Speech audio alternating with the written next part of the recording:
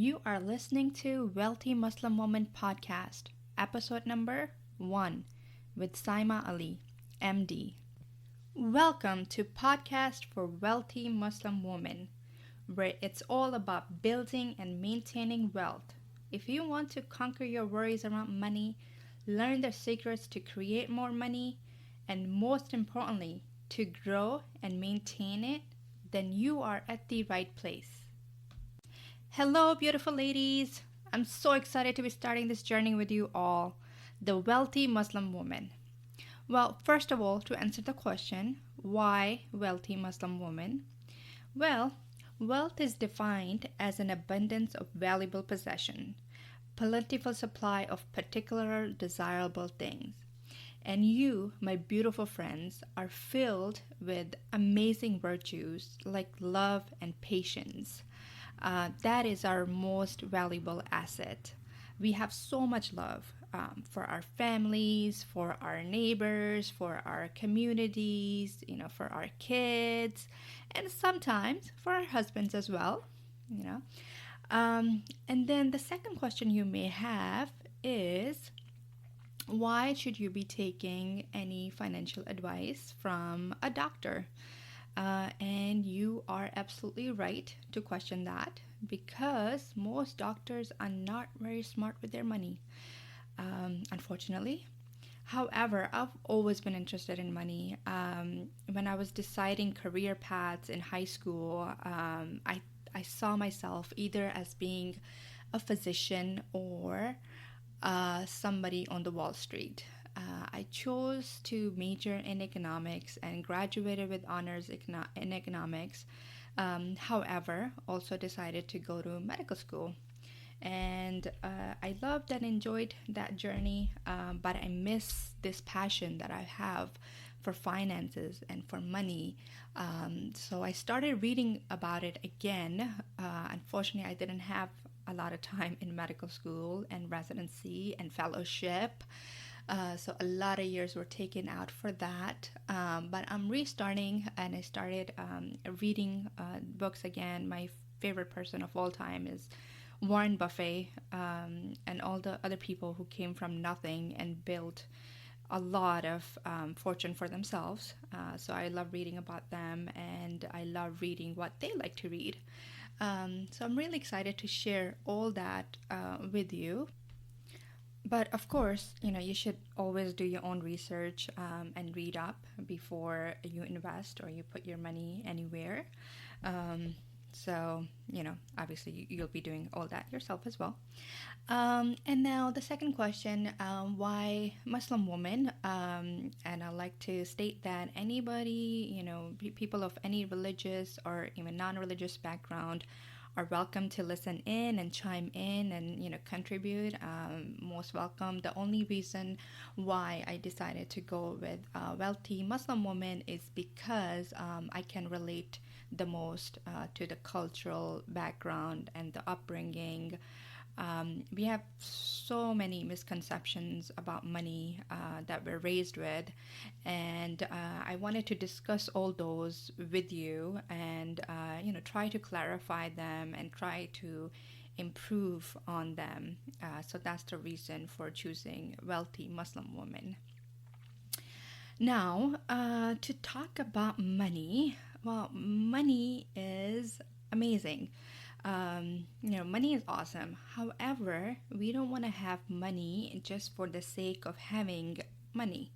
At the end of the day, we want money to help improve our lives.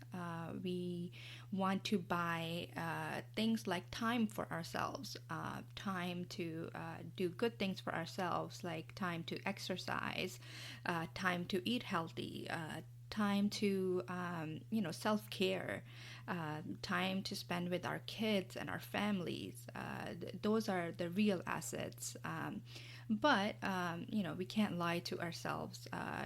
If you don't have money, you're gonna have trouble with the other things, and money does help a lot. One of the major misconception, people say money doesn't buy happiness, but you're a lot more comfortable sleeping under a roof and on your bed than you would be on a street. So money does have value. So we shouldn't fool ourselves with thoughts like that. Money is important, but we need money to help us with other things. So how do we accumulate wealth? How do we accumulate financial assets? And you won't believe it, but the secrets are out there. I can't believe it. We learn so many non-essential things in traditional schooling system, but we never learn things that matter the most, like learning to do budget, learning to do your own taxes, learning to deal with our emotions, because our emotions have a lot to do with how much we have in terms of money. So those are the things that we're not taught in high school or college. And Furkan and I read books and then we discuss it, and we're like, wow, it took us this long to learn this particular lesson. Like, I wish somebody had taught me this years ago, and my life would have been so much better. So I hope to communicate those type of things to you. My goal is to keep the podcast very short, 10 to 15 minutes per week. And I want to give very information on very high yield topics, very concise, in very concise amount of time, because obviously we all struggle with time. I have a full-time job and a part-time job and 2 young babies. So time is something that we all have to learn to manage, and that's also a skill we will talk about. In our first session, though, I will leave you with a lot more questions than answers. We will answer these questions in the upcoming episodes.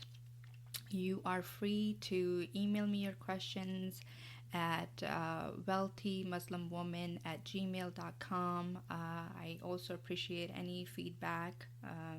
We'll love it.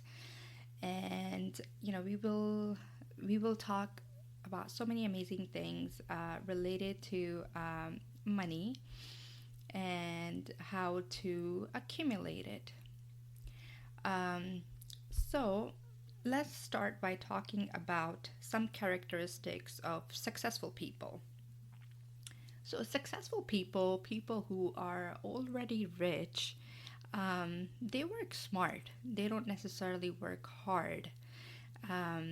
So they have their money working for them instead of them working for money. So their money is growing while they're out playing golf, while they're doing their other hobbies that they have, or sleeping, while their money continues to grow. So we'll talk about how to get there. And then another thing that rich people or successful people don't do is they don't live in expensive houses. Don't be house poor, my friend. So did you know that an average, like a person who has $1 million in net worth usually lives in a house that's around 200K in value? With more expensive houses, you have higher taxes, you have higher utility expenses, and of course you have higher maintenance costs. If you live in expensive neighborhood with expensive houses, then you'll need expensive furniture, you need expensive landscaping, and of course expensive cars to go with that. So houses can be an asset. You can do real estate investing, either directly by buying properties, creating rental income for yourself, or there are other ways of investing, like buying stocks into real estate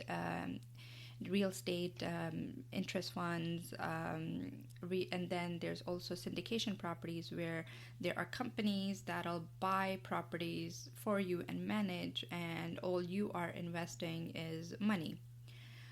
But your own home, it should not be your most valuable asset. Where you live, that should not be your most valuable asset. Your house should be about 5 to 10% of your total wealth.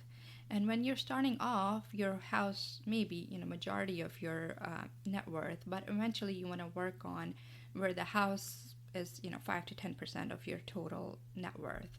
It shouldn't be the majority of it. And then, the best things in life are free. It's true. So spending less, that's how you're gonna accumulate more. You can take walk with your loved ones, go hiking.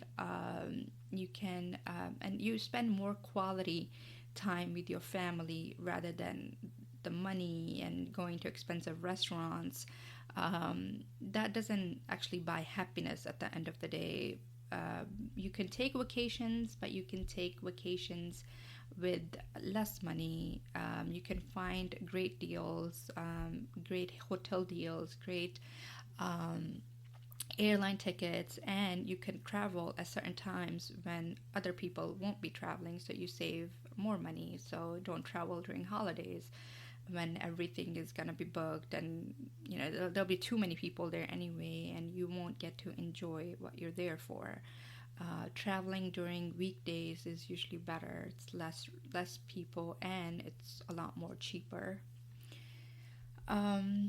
And then another thing that is very important is to always pay yourself first. Now we have taxes taken out of our paycheck even before we see it, even before that money hits our bank. But before 1943, Uncle Sam was not taking money directly out. Taxes were due in the springtime. But what was happening is that people were spending that money before it was time to pay their taxes. So the government got smart. They decided that they were going to take their share first. So that's why right now, when you get your check, depending on your salary, it could be half of what you actually should be making. So sometimes 40% of your money is going to Uncle Sam before you even see it. However, there are ways of saving this money and even beating Uncle Sam to it with things like 401ks, traditional IRAs, health saving accounts, HSAs, and other ways of saving your money from tax. On some of these, you may have to pay taxes later on, but when you're retiring, the thought is that you will most likely have less income, so lower taxes when you're retiring. And lastly, for your first assignment, yes, you will have homework, and I will share sheets as well with you, documents that kind of show how to do these things. I'll try to do it on Instagram or in the Facebook group. We'll see what works best. But for your first assignment, I want you to calculate your net worth. That's right. I want you to calculate all your assets, so all your money that you have right now, the equity in a house if you own one, car if you have one. If you were to sell everything that you have today, how much money in cash would you have? How much do you have in your bank account? How much do you have in your retirement accounts or any other, kids accounts, for education accounts, 529s? I like to not count that, but for the first time in the beginning, we can include all our assets because you could potentially take that money out, even though their fees and taxes may apply. So I want you to calculate all your assets and then calculate all your liabilities. So how much do you owe in credit card debt, how much, if any, in student loans, and how much to any relatives. And then I want you to subtract the assets from the liabilities and see what you get. And your net worth may be negative. That's okay. If you've invested that money well before, in student debt, and you have a good job, that's kind of an asset. You're able to make more money now, and you have a stable life. So it's okay. Don't get concerned, even if you have a negative net worth. But be aware. We will be doing this exercise at least on a monthly basis to see where we're going. And hopefully, we want to be reducing our liabilities and increasing our assets as we go on. And then I'd like you to think about some questions. You can write these answers on a paper for yourself. I love it if you want to share. But just think about these questions and write down these thoughts on a piece of paper. Um, we will be talking about beliefs on the next episode. So I want you to think about what your beliefs are around money. Um, so, what are your thoughts that come to your mind when you think about money? Write it down. Could be anything, things like money is evil, or money doesn't buy happiness, or anything. Whatever comes to your mind, just write it down. And these are the thoughts that are creating your net worth right now. You are where you are because of your thoughts. Um, and then think about what were your thought about money when you were growing up. What did your parents do with money? Were you given an allowance? Were you told that you could buy any toy that you wanted? And what other things were there? And do you think it's hard or it's easy to obtain money? And then how much money would make you happy? What would be your number? If you could get 100K in salary, would that be good? Or is your number $1 million? What is your number? What do you think would make you happy? Basically, what is your desired number of wealth where you think you would be comfortable calling yourself financially stable or financially independent? And then what will you do when you gain all that money? Once you have your desired number, what will you do? How will you live differently? What are the activities that you would be involved in? How would you live on a day-to-day basis? Think about that and answer that for yourself. And we'll see how you can do some of the things that we think only money can buy, or only once we have this much money we'll be able to do this or that.